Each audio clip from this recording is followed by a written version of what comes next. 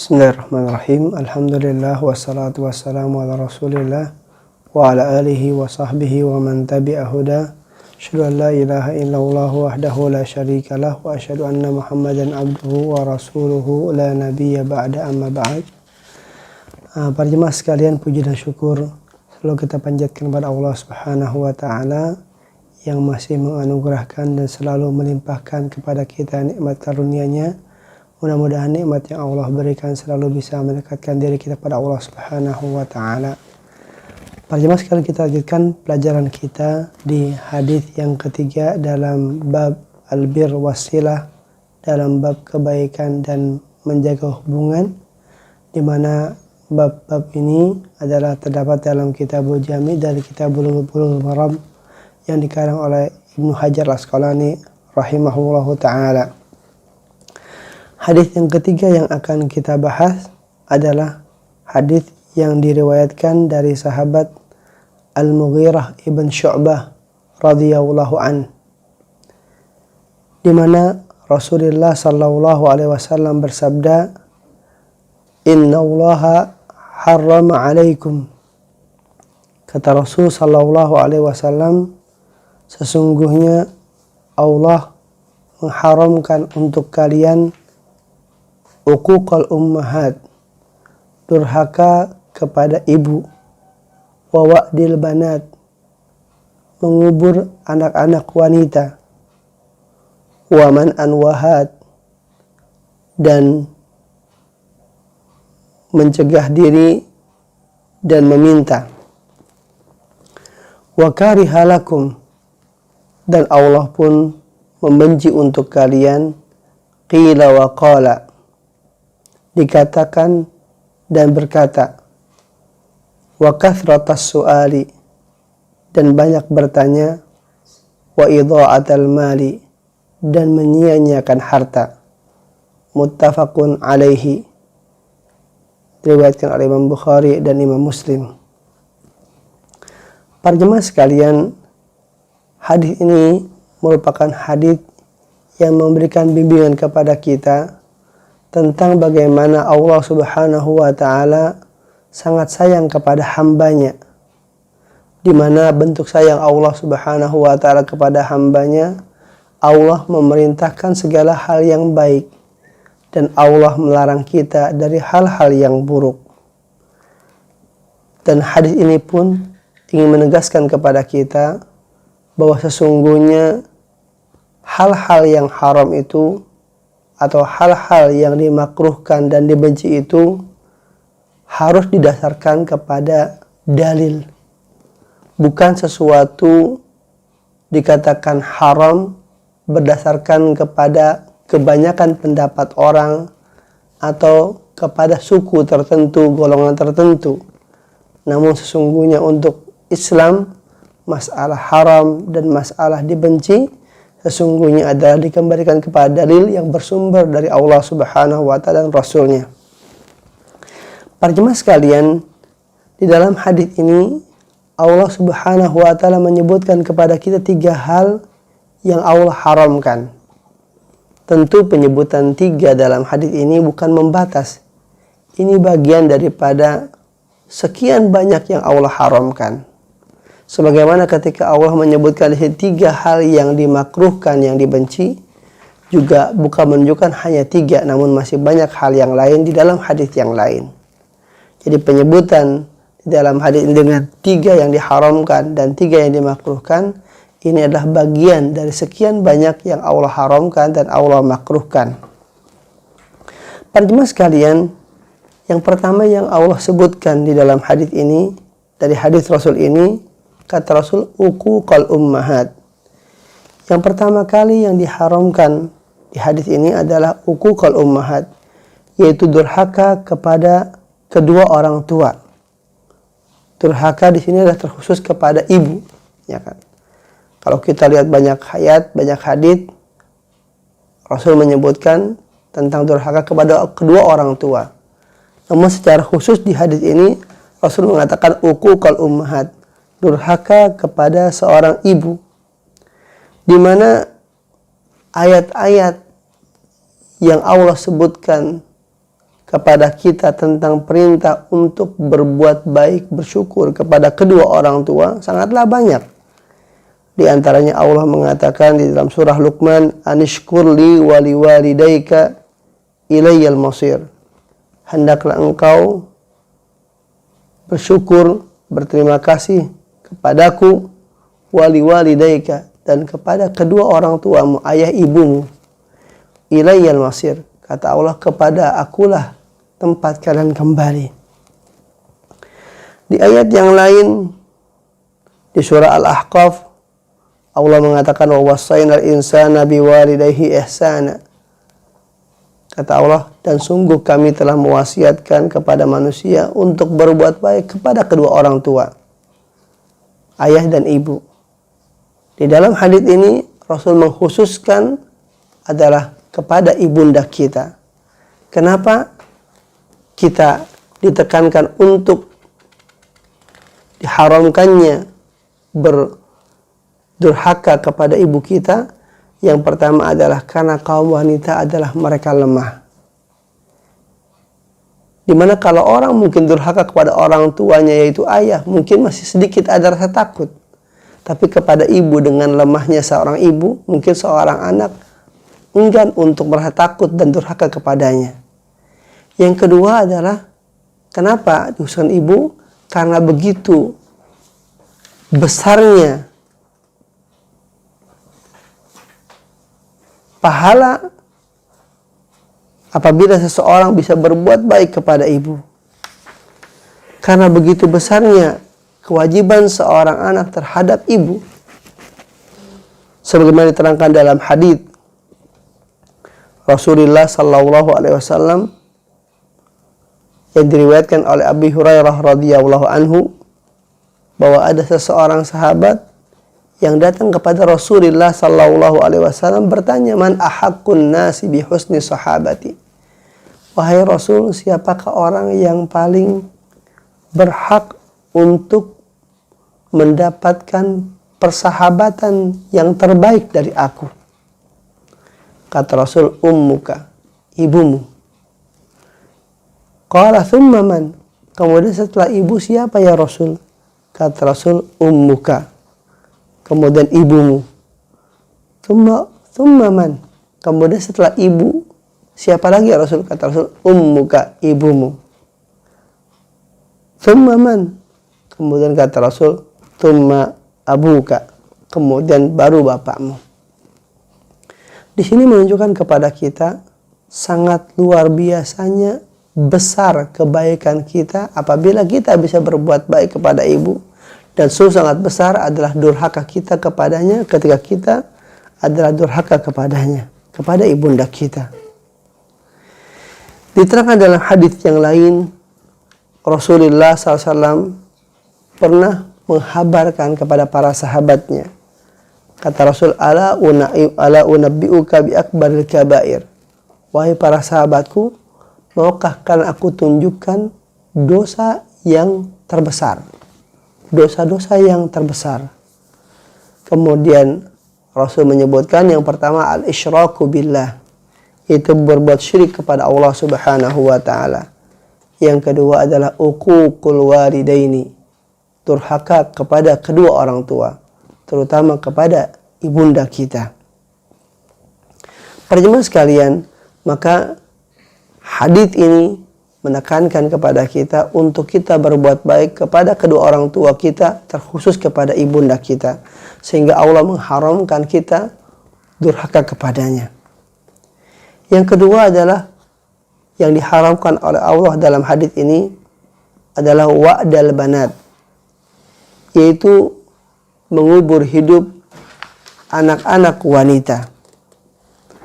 Tentu Rasul mengharamkan hal ini di mana orang-orang jahiliyah dahulu menjadi adat kebiasaan mereka apabila mereka dihabarkan dengan kelahiran seorang anak wanita, maka mereka menjadi orang yang merasa malu, merasa terhinakan dengan apa yang menjadi karunia Allah kepada mereka berupa anak wanita tadi, mereka hanya berbangga dengan anak-anak laki-laki. Maka Allah Subhanahu wa ta'ala mengharamkan perbuatan seperti ini. Baik mereka itu membunuhnya atau menanamnya atau menguburnya ketika hidup tadi karena dasar khawatir, mungkin karena takut akan aib tadi, atau karena takut hal-hal yang lain seperti takut akan kelaparan dan kemiskinan. Allah telah menyebutkan kepada kita di dalam ayatnya di surah Al-Isra, kata Allah, wala taqtulu auladakum khasyata imlaq, dan janganlah kalian membunuh anak-anak kalian karena khawatir kefakiran. Kata Allah, nahnu narzuquhum wa iyyakum, sesungguhnya kamilah yang memberi rezeki kepada mereka dan kepada kalian. Inna qatlahum kana khit'an kabira, sesungguhnya membunuh mereka itu merupakan dosa yang besar. Jadi Allah Subhanahu wa ta'ala menegaskan akan besarnya dosa orang yang membunuh anak-anak wanita mereka, terkhusus baik adalah karena dasar khawatir malu, aib, ataupun karena khawatir kemiskinan dan kefakiran. Kemudian yang ketiga adalah yang Allah haramkan adalah waman anwahat. Man anwahat ini adalah sesungguhnya makna daripada man'an ini yaitu melarang. Arti seseorang itu melarang apa yang menjadi kewajibannya yang harus dia tunaikan. Artinya katakan misalnya seseorang berkewajiban untuk mengeluarkan zakat, ya kan? Dia tidak mau mengeluarkan zakat. Seseorang berkewajiban untuk memberikan nafkah kepada keluarganya. Dia tidak mau memberikan nafkah tersebut kepada keluarganya. Sementara adalah dia had, ya had. Makna had itu adalah a'tini, beri kepada aku, beri kepada aku. Ya kan? Orang itu hanya meminta untuk diberi, di mana mereka ingin mengumpulkan harta yang sesungguhnya harta tersebut tidak halal baginya dari apa yang menjadi hak-hak manusia,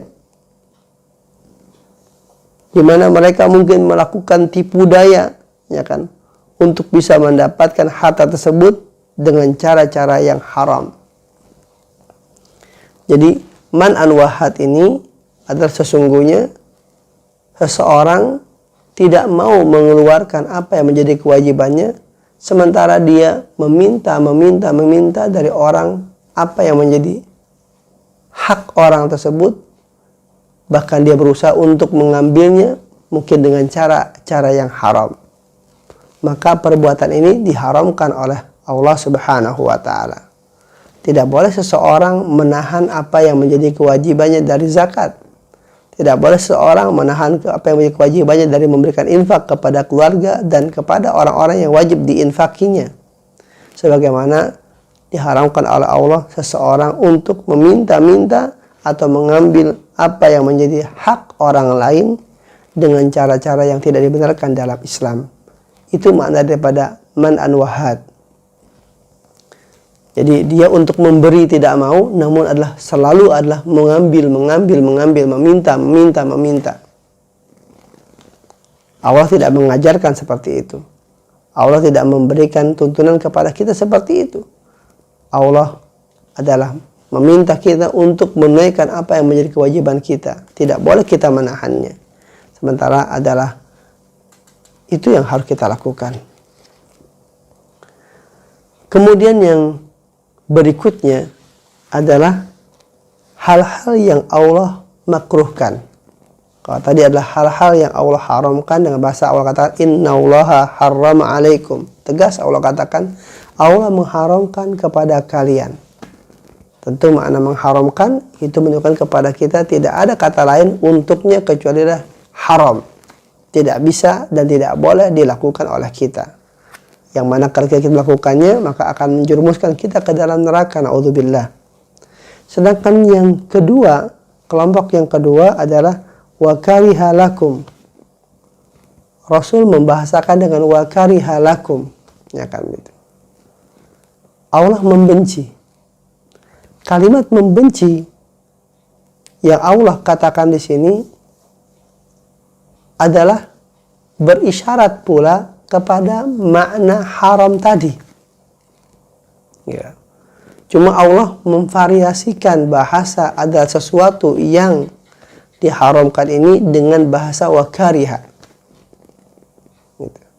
Jadi kalimat dibenci itu adalah ada makna dalam artian seperti dalam ilmu fikih ada kalimat yang makruh, di mana sesuatu yang kalau kita kerjakan adalah itu tidak menimbulkan dosa, namun itu sesuatu yang dibenci, gitu. Itu makruh dalam ilmu fikih.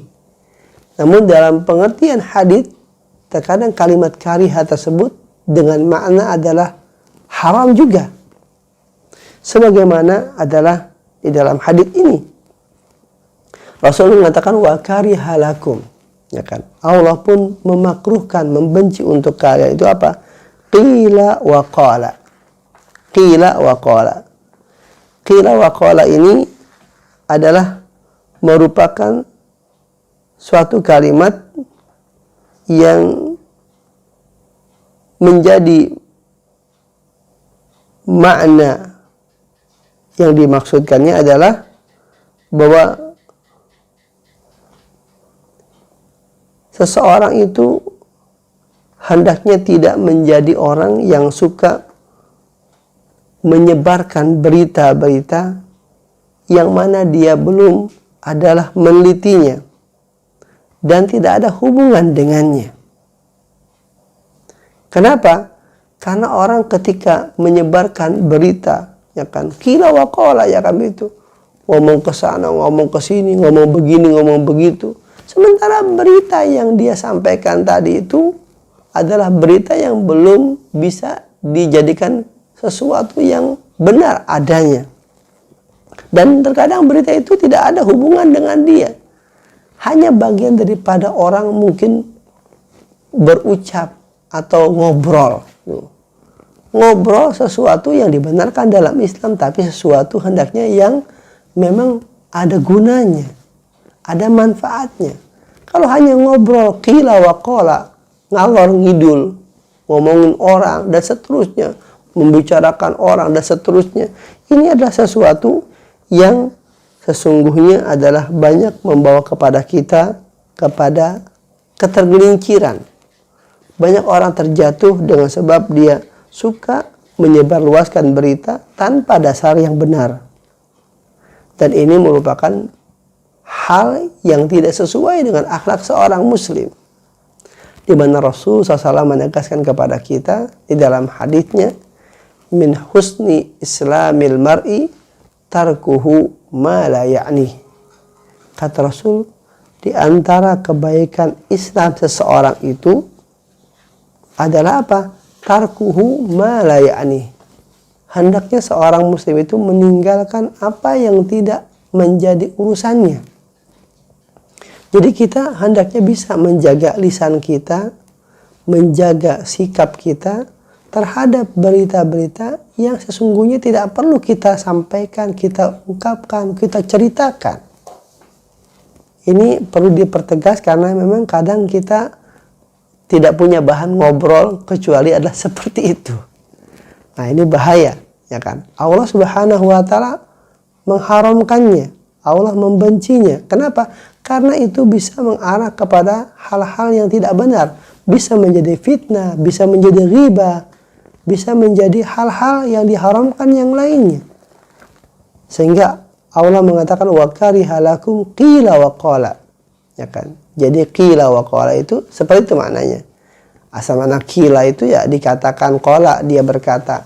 Artinya omongan-omongan yang tersebar luas, ya kan?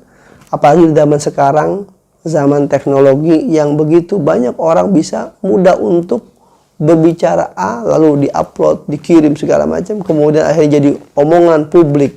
kemudian kita ikut ngomong semuanya, itu nggak usah, ya kan begitu.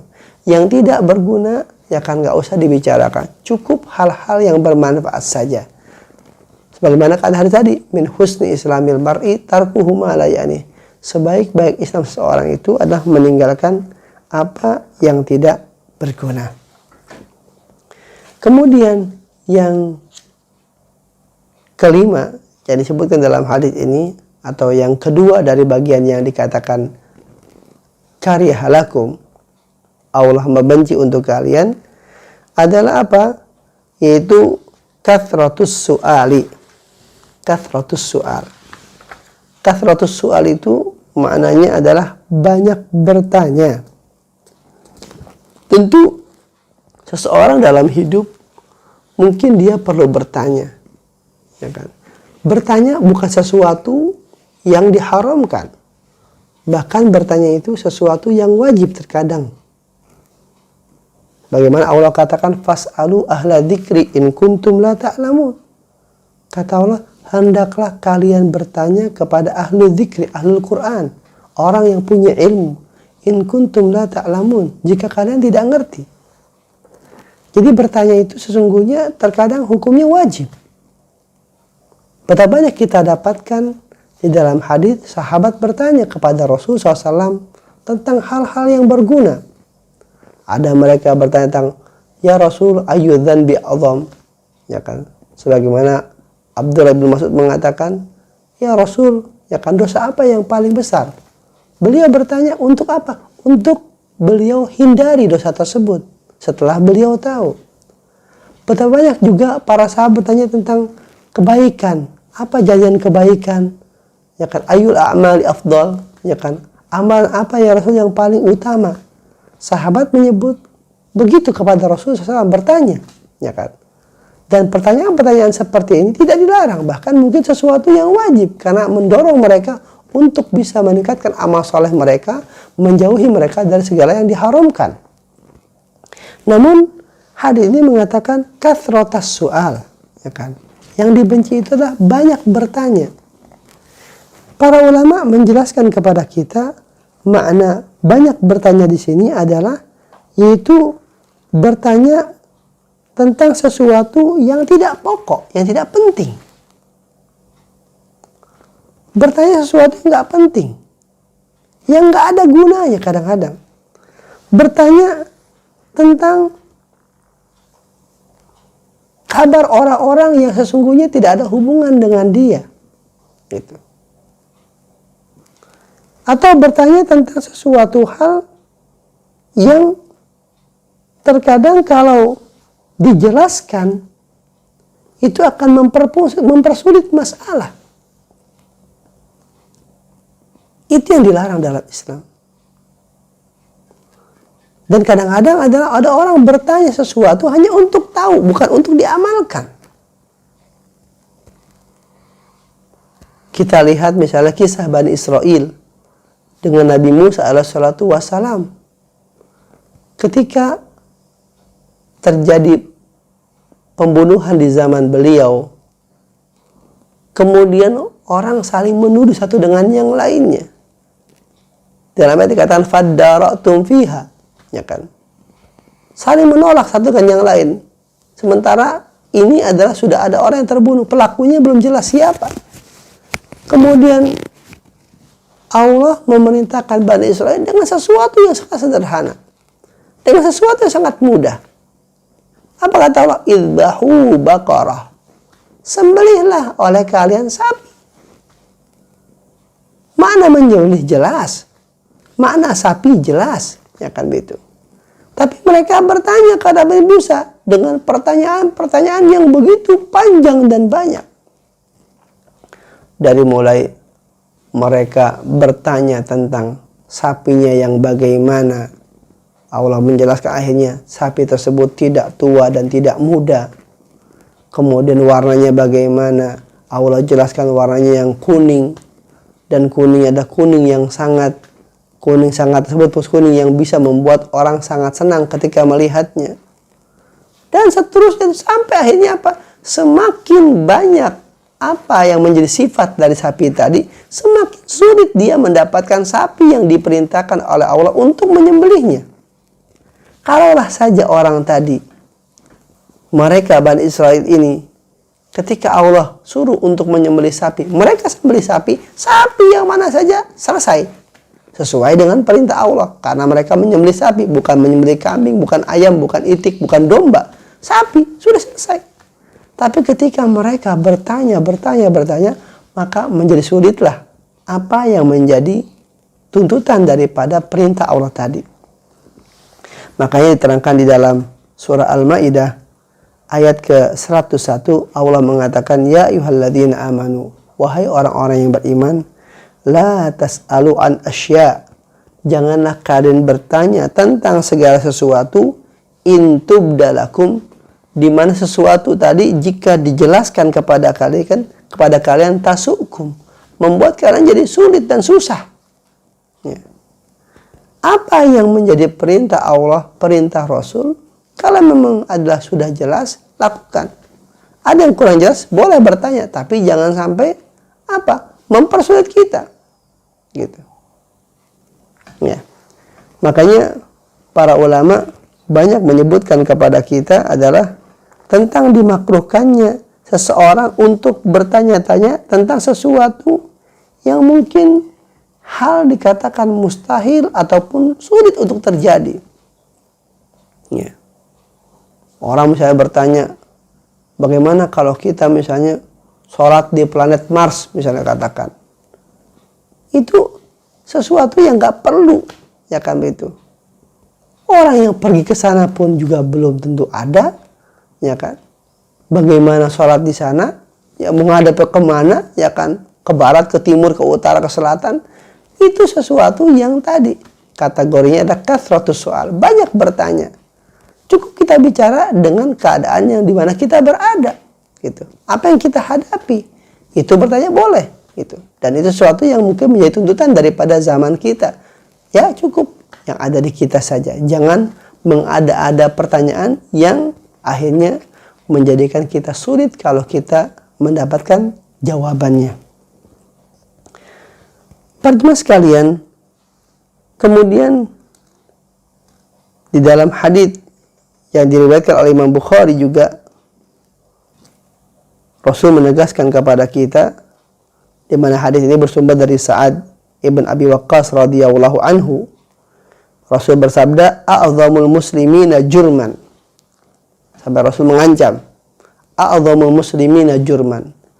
Orang muslim yang paling besar dosanya, kata Rasul, orang muslim yang paling besar dosanya adalah man sa'ala an syai'in, yaitu orang yang bertanya akan sesuatu lam yuharram, ya kan, tentang sesuatu yang tidak diharamkan, fahurrima min ajli mas'alatih, kemudian sesuatu itu menjadi diharamkan karena sebab pertanyaan dia, gitu. Jadi karena dia bertanya, akhirnya hukum tersebut menjadi haram, padahal dulunya tidak diharamkan. Dan ini adalah menjadi perbuatan yang pernah terjadi pada Bani Israel, gitu. Jadi Rasul mengancam untuk kita hati-hati. Bukan dilarang bertanya. Bertanya boleh, tapi sesuatu yang benar, sesuatu yang baik, sesuatu yang bertujuan untuk kita laksanakan. Bukan bertanya sekadar untuk adalah mengadu domba, ataupun juga ingin cari sensasi, ataupun mungkin ingin tujuan-tujuan yang lain yang tidak ada gunanya. Kemudian yang keenam yang dikatakan di dalam hadis ini adalah wa idha'atul mali, yaitu menyia-nyiakan harta. Artinya bagaimana menyia-nyiakan harta? Yaitu kita menginfakkan harta yang menjadi anugerah Allah kepada kita, bukan kepada tempat dan jalan yang diizinkan secara syar'i. Di mana Allah Subhanahu wa taala menjadikan harta yang merupakan anugerah Allah kepada kita itu untuk kemaslahatan kita, untuk bagaimana kita bisa berbuat baik dengannya. Ketika seseorang menyia-nyiakan harta yang Allah anugerahkan kepadanya, tentu ini bagian daripada hal-hal yang tidak dibenarkan. Orang menjadikan hartanya adalah kepada jalan yang baik, bukan kepada jalan yang buruk. Maka sesungguhnya Allah Subhanahu wa Ta'ala memerintahkan kita untuk menginfakkan harta kita kepada jalan yang baik, yang berguna untuk kita dalam kehidupan kita, sehingga tidak menjadikan kita sebagai orang yang tercela. Banyak orang yang ketika Allah berikan harta, sementara hartanya menjerumuskan dia kepada hal-hal yang buruk, yang haram, gitu. Para jemaah sekalian, orang dengan hartanya tidak boleh adalah bersifat israf, melampaui batas, ya kan? Ketika dia harus makan, maka makanlah dengan sesuatu yang normal. Tidak boleh berlebihan. Berlebihan adalah kategori yang masuk dalam makna idha'atul mal, menyia-nyiakan harta.